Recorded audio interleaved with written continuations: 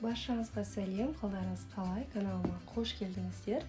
Бүгін шайға осындай өте жұмсақ, дәмді сочниктер дайындайтын боламын. Қазақша контентке қолдау білдіре отырып, менің каналымдағы видео рецепттерге лайк басып, пікір жасап отырыңыздар. Жасалу өте оңай. Видеоны соңына дейін қарап, менімен бірге жасап көріңіздер. Ең алдымен 2 жұмыртқаға қантты қоса отырып, араластырып аламыз.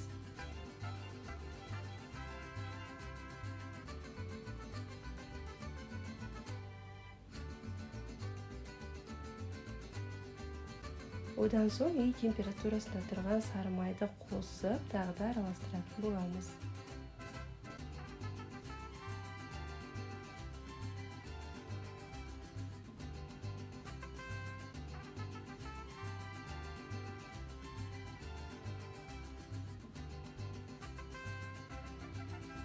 Үстіне електен ұнды өткізіп, және ұнға 1 шай қасық қосып, араластырып салатын боламыз.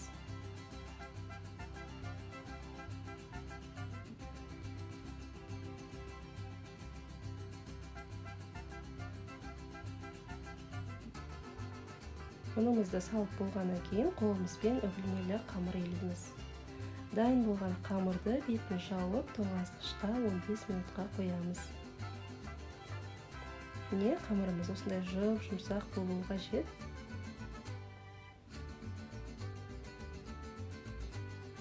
Енді сочниктің арасына салмасын дайындайтын боламыз. Арасына салатын сүзбе осындай құрғақ болуы қажет.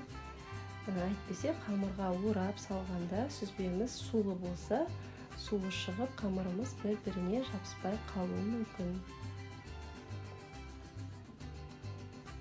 Сүзбеге 1 жұмыртқаны және қантты қосып араластырып аламыз.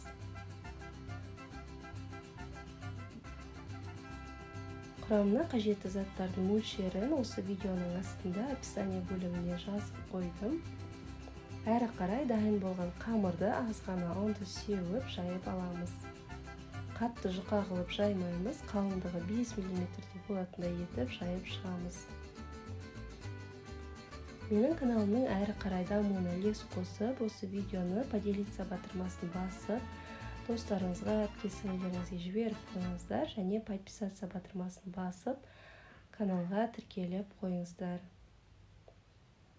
Осылай шетінен бастап, арасына салмасын салып, осындай ыңғайлы бір формамен үстінен басып, жан-жағын кесіп аламыз.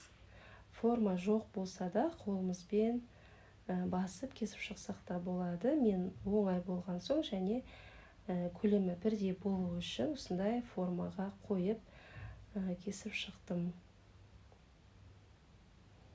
Арасына 1 шай қасық салмасын салып, дәл осы ретпен жасап шығамыз.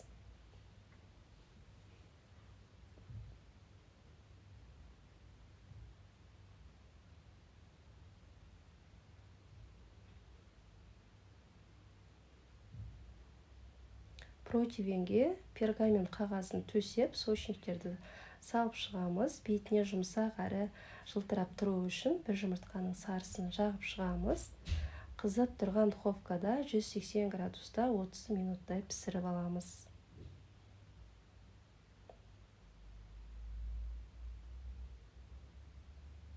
Міне, сочниктеріміз пісіп шықты.